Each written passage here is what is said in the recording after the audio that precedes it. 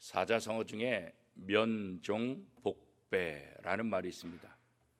이 말의 뜻은 면전에서는 복종하는 척하지만 뒤에서는 배신하는 마음을 갖고 있다, 이런 말이에요.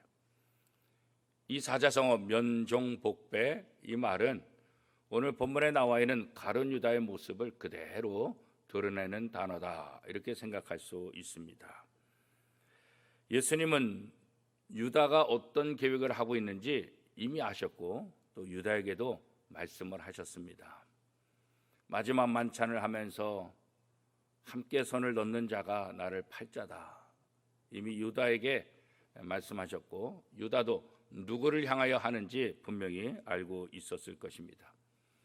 그런 제자들과 마지막 만찬을 하고 그런 제자들과 함께 하는, 다른 사람도 아니고 제자 중에서 나를 팔려고 하는, 그것도 로마 군병들에게 넘겨주려고 하는 그런 제자의 모습을 보고 예수님의 마음은 얼마나 아프셨을까. 그래서 예수님은 이 사명을 감당하기에 가장 중요한 것은 하나님의 뜻을 구하는 거고, 그래서 제자들과 함께 밤 겟세마네에서 기도하는 모습을 오늘 볼 수 있습니다. 기도하지 않고서는 하나님의 뜻을 이루기가 참 쉽지 않습니다. 기도는 하나님과의 대화이고 기도는 하나님의 뜻을 따르는 것이기 때문에, 그래서 우리는 무엇을 하든지 기도하라, 그렇게 말씀하고 있는 거예요. 기도한다는 것은 너의 생각, 너의 판단, 너의 주장이 아니라 하나님의 뜻이 무엇인지를 분별하는 것이다, 이렇게 이야기할 수 있기 때문입니다. 그래서 저와 여러분은 어떤 일을 앞두든지 먼저 기도하고, 하는 과정에도 기도하고, 마무리할 때도 기도하고, 기도로 시작해서 기도로 끝낸다, 이게 사실 기독교인들의 모습 아니겠습니까? 사무엘이 기도로 시작해서 기도로 자신의 모든 사역들을 마무리하는 것처럼 우리들도 기도로 시작해서 기도로 마무리하는 것, 이것이야말로 진정한 그리스도인의 모습이다. 예수님께서 우리에게 이것을 본을 보여주셨잖아요. 공생애를 시작하면서 40일 금식기도 하시는 그 모습, 기도로 시작하시고 십자가를 지기 전에 마지막에 기도로 이 모든 것들을 마무리하시는 거예요. 예수님의 삶 자체가 기도로 시작해서 기도로 생을 마감하는 삶이다, 이렇게 볼 수 있습니다. 그래야만 하나님의 뜻을 이룰 수 있고, 그래야만 하나님이 원하시는 것이 무엇인지를 깨달을 수 있기 때문에 그런 것입니다. 오늘 본문에 보면 가룟 유다는 로마 군병들과 함께 군호를 짰다, 약속을 하고 내가 이렇게 하면 이렇게 하라, 내가 이렇게 할 때 그가 바로 예수다. 그 행위가 무엇입니까? 입맞춤이에요. 내가 가서 입맞춤하는 그 사람이 바로 예수다. 그러니 내가 입맞춤하는 그 사람을 붙잡아라, 이렇게 약속한 거죠. 지금이야 인터넷을 통해서, TV를 통해서 우리가 전혀 모르는 지구 반대쪽 사람, 그 사람도 얼굴이 다 뜨잖아요, 그죠? 한 번도 만나본 적이 없는 사람들도 우리는 다 알잖아요, 익히. 가끔가다 목회자들 이렇게 모임 만나면 아내하고 같이 가면 사모님이시죠? 이렇게 얘기를 하더라고요. 그래서 한 번도 만난 적이 없는데 어떻게 알아요? 그러면 사진에서 봤어요, 그러더라고요. 한 번도 본 적이 없는데 이미 사진을 통해서 알고 있는 거예요. 그래서 요즘은 뭐 전 세계 어디에 있든지 속일 수가 없어요. 지금 미얀마 이곳에서 우리나라 1980년대에 일어났던 광주 항쟁 같은 그런 일들이 지금 벌어지고 있잖아요. 어린아이도, 임신하신 여자분도 뭐 어떤 사람이라도 무차별하게 지금 죽어가고 있고, 군부가 잡아가지고. 그런데 미얀마에 있는 선교사님을 통해서 카톡으로 바로 다 오는 거예요. 뉴스에서 나오지 않는 사진들이 그대로 다 드러나는 거예요. 우리나라 광주 항쟁은 그런 모든 것들이 다 막혔잖아요, 그죠? 그런데 이번에 미얀마는 그게 다 막어도 이미 인터넷 이것을 통해서 다 퍼진 거예요. 보내온 사진에 의하면 너무나 어린아이인데 이 창자가 막 튀어나와 있는 그런 모습들.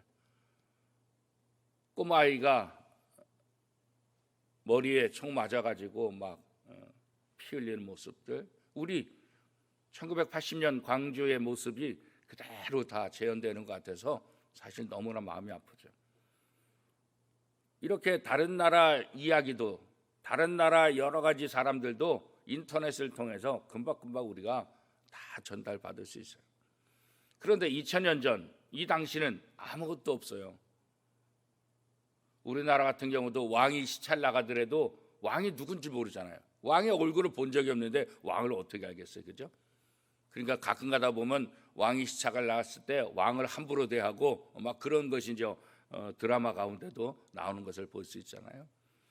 그러니까 이 로마 군인들이 예수를 붙잡으려 할지라도 밤에 예수가 누군지 어떻게 알겠어요, 그렇죠? 알 수가 없는 거지.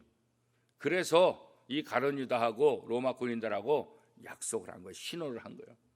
내가 가서 입 맞추는 사람, 그 사람이 바로 예수다. 이렇게. 그러니까 얼마나 미리 계획을 다 치밀하게 계획을 짠 거예요, 그죠? 가룟 유다가 예수님과 함께 마지막 만찬을 하면서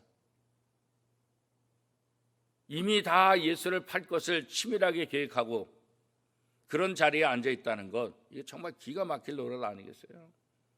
그런데 예수님이 그 모든 상황을 이미 다 알고 계신다. 가룟 유다가 나를 팔 거야. 이제 때가 됐다. 이제 나를 붙잡으러 올 거다. 이미 다 아시고 그것을 담담히 준비하는 그런 모습이 오늘 본문에 나타나 있죠. 그런데 이 오늘 본문에 나와 2000년 전에 유대 사회에서 입맞춤, 이게 어떤 의미냐? 이것은 자기가 가장 존경하는 스승에 대한 존경의 표시, 그게 바로 입맞춤이에요. 좀 아이러니, 좀 완전히 이상하잖아요. 얼마나 음흉스러워요, 그죠? 겉으로 표정은 뭐예요? 예수님을 가장 사랑하는 선생님, 가장 존경하는 선생님으로 표시를 하잖아요. 입맞춤을 통해서. 예수님, 정말 내가 가장 존경하는 분입니다. 정말 내가 가장 사랑하는 선생님이십니다. 그런 의미로 입맞춤하는 거 아니겠어요? 그 행동만 보면. 그러나 그 행동 뒤에 감춰진 진짜 의미는 뭐겠어요? 이 사람이 예수다. 로마 군병들에게 빨리 와서 이 사람을 붙잡아라. 이런 표시잖아요. 그러니까 가장 존경스러운 행동을 통해서 가장 악한 일을 하는 거잖아요. 예수님을 배신하는 일. 우리도 이 땅에 살면서 그런 행동을 할 때가 있지 않습니까? 겉으로는 환하게 웃으면서 속으로는 막 부글부글 끓는 모습들. 이 가룟 유다의 모습이 다른 사람의 모습이 아니라 오늘 내 모습이다. 그 모든 것을 다 아시면서 가룟 유다가 내게 입맞춤하는 것은 정말 나를 존경하고 나를 가장 사랑하는 선생님이라고 해서 입맞추는 것이 아니라 이 입맞춤 뒤에 배신이 있고 이 입맞춤 뒤에 로마 군병들이 와서 나를 붙잡아갈 것이다. 이거 다 아시면서 그리고 그 입맞춤을 뿌리치지 않고 그냥 내버려 두는 거예요. 왜 예수님은 다 아시면서 가룟 유다가 찾아와서 입맞춤하는 이 의미가 무엇인지 다 알면서 왜 그를 거부하지 않았을까? 왜 그 길을 피하지 않았을까? 왜 그렇습니까? 이미 앞에서 기도했잖아요. 내가 이 잔을 마시는 거 쉽지 않습니다. 그러나 내 뜻대로 하지 마시고 아버지의 뜻대로 되기를 원합니다. 인간적인 뜻은 가룟 유다를 밀쳐버리고 그렇잖아요. 그러나 하나님의 뜻을 순종하기 위해서는 이 십자가의 길을 걸어가야만 저 가룟 유다를 비롯해서 모든 사람의 죄를 대속할 수 있기 때문에 자신의 이익을 위해서가 아니라 하나님이 이 땅에 보내신 그 사명, 이 세상 모든 사람들을 구원하시기 위한 그 십자가의 길, 저 베드로 한 사람 때문에 하나님께서 주신 사명을 포기할 수 없기에, 저 베드로 한 사람 때문에 수많은 영혼들을 살리는 길을 포기할 수 없기 때문에 이미 모든 것을 다 알고 계시지만 그 십자가의 길, 고난의 길, 그 죽음의 길을 묵묵히 걸어가셨던 것이죠. 알면서 당하는 것, 이게 얼마나 힘들겠어요. 배신할 줄 알면서 그와 다정하게 함께 있어야 되는 예수 그리스도의 그 시간들이 얼마나 고통스러운 시간들이겠어요. 오늘 우리는 정말 그리스도를 우리의 구세주로 믿는다고 한다면 어떤 고난 앞에서도 하나님의 뜻이라면 기꺼이 순종하시는 예수 그리스도, 그분을 닮아가야 하는 것 아니겠습니까? 자신의 이익과 자신의 체면 때문에 하나님의 뜻을 외면하는 어리석은 자가 아니라 어떤 상황 속에서도 하나님의 뜻이 우선이 되는 것, 하나님의 뜻을 이루는 것이 내 체면과 이익보다 앞선다는 것을 우리가 다시 한번 기억해야 할 것입니다. 하나님은 하나님의 형상대로 지음받은 모든 사람들에게 각각의 사명을 주셨어요. 예수님에게 사명을 주신 것뿐만 아니라 우리 모두에게도 사명을 주신 거야. 우리는 그 사명을 이뤄가야 돼요. 하나님께서 우리에게 주신 사명을 이루기 위해서 우리에게도 어떠한 일이 있을지 몰라요. 배신당할 수도 있고 고난당할 수도 있고 힘든 시간을 보낼 수도 있고, 그래서 예수님은 누구든지 나를 따르거든 자기 십자가를 지고 나를 좇을 것이라. 그렇게 자기 십자가를 지고 자기에게 다가오는 고난, 자기에게 다가오는 어떤 것들, 그거 외면하지 말고 그것을 묵묵히 지고 나를 따를 것이다. 자신 앞에 있는 모든 이익과 모든 체면을 내려놓고 하나님 앞에 철저히 순종하는 자세, 이것이 오늘 하나님의 사명, 하나님께서 내게 주신 그 소명을 이루기 위해서 가장 중요한 일이라는 거죠. 사도 바울은 하나님께서 자기에게 주신 이 사명을 이루기 위해서, 무슨 사명이에요? 이방인에게 복음을 전하는 것.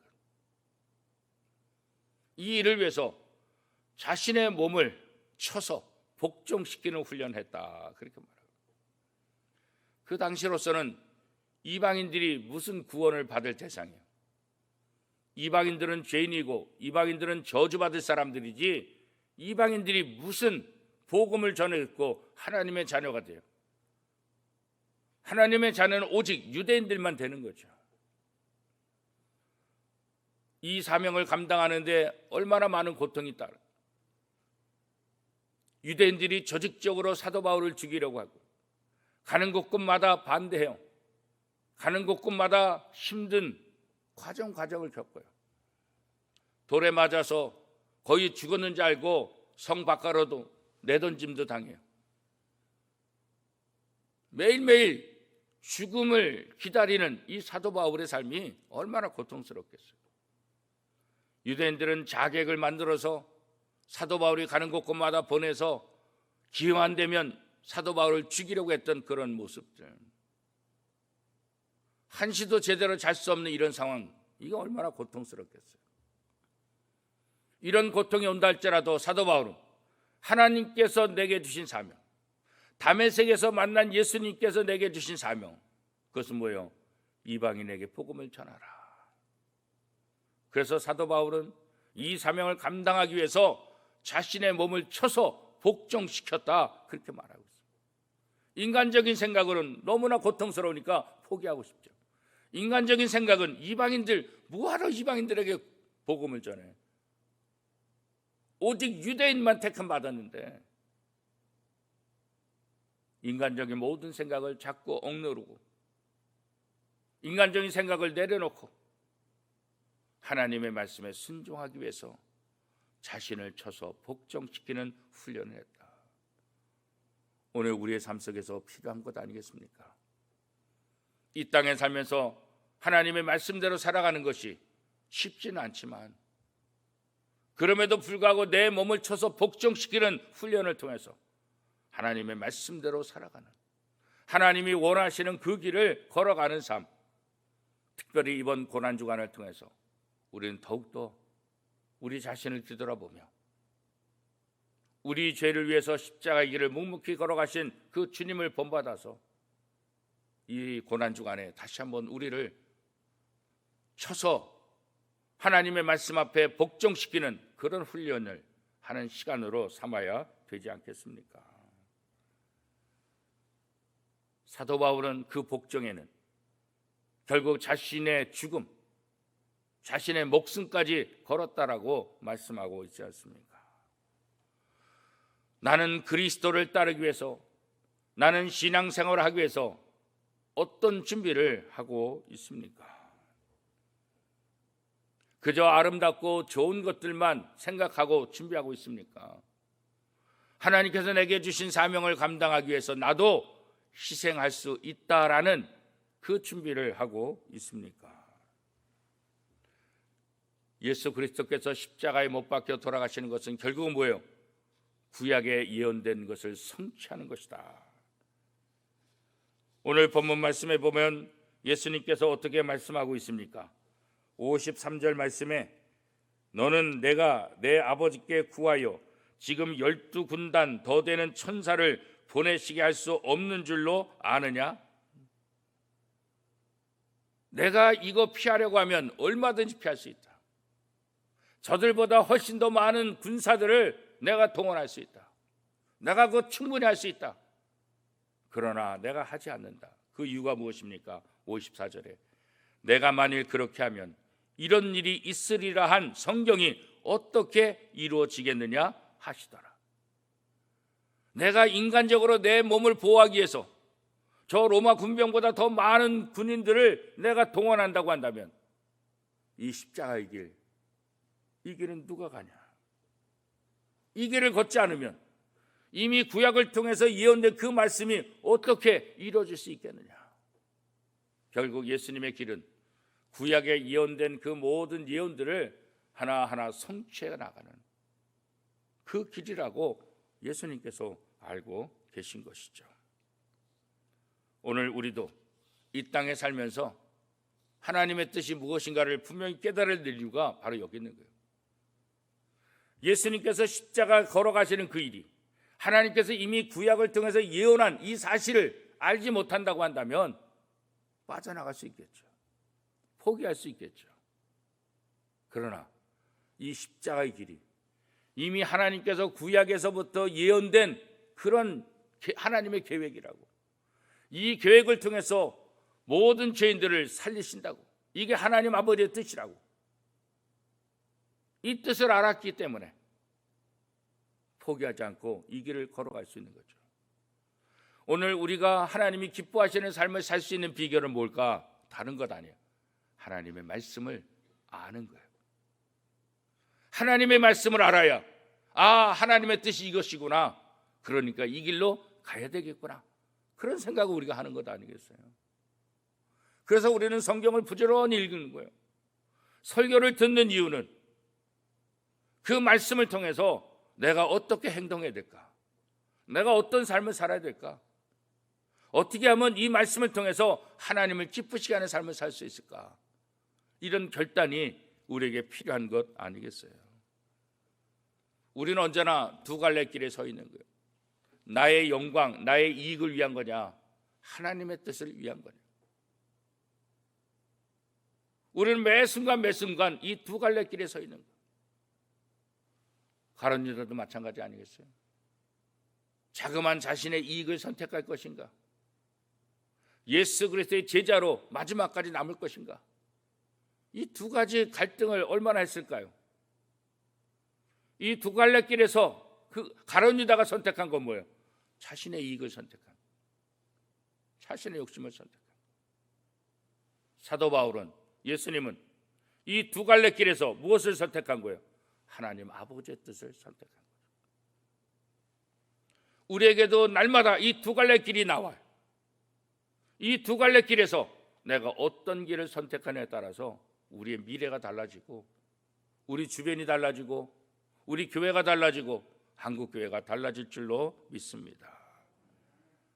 믿지 않는 사람은 당연히 자신의 이익을 선택하겠죠. 그러나 하나님을 믿는 하나님의 사람들은 자신의 이익이 아니라 하나님이 원하시는, 하나님이 기뻐하시는 그 길을 선택하게 되는 거죠. 사랑하는 성도 여러분, 2021년 고난주간을 맞이하면서, 고난주간을 하루하루 보내면서 주님께서 걸어가신 그 길이 구약의 예언에 대한 성취라는 것을 알고, 하나님의 뜻이라는 것을 알고 묵묵히 그 십자가의 길을 걸어가신 주님을 닮아서 오늘 우리의 삶 속에서도, 코로나19 가운데서도 하나님이 내게 원하시는 것, 하나님이 가장 기뻐하시는 것이 무엇일까, 그것을 생각하며 하나님이 원하시는 바른 길을 선택하며 살아가는 저와 여러분의 삶이 될 수 있기를 축복합니다. 오늘도 우리는 두 갈래 길에 서 있을 것입니다. 아침에도 점심에도 저녁에도 이 두 갈래 길 속에서 가룟 유다와 같은 어리석은 선택하는 자가 아니라 사도 바울처럼, 예수님처럼 하나님이 기뻐하시는 그 길을 선택해서 하나님께 영광 돌리는 복된 하루가 될 수 있기를 축복합니다.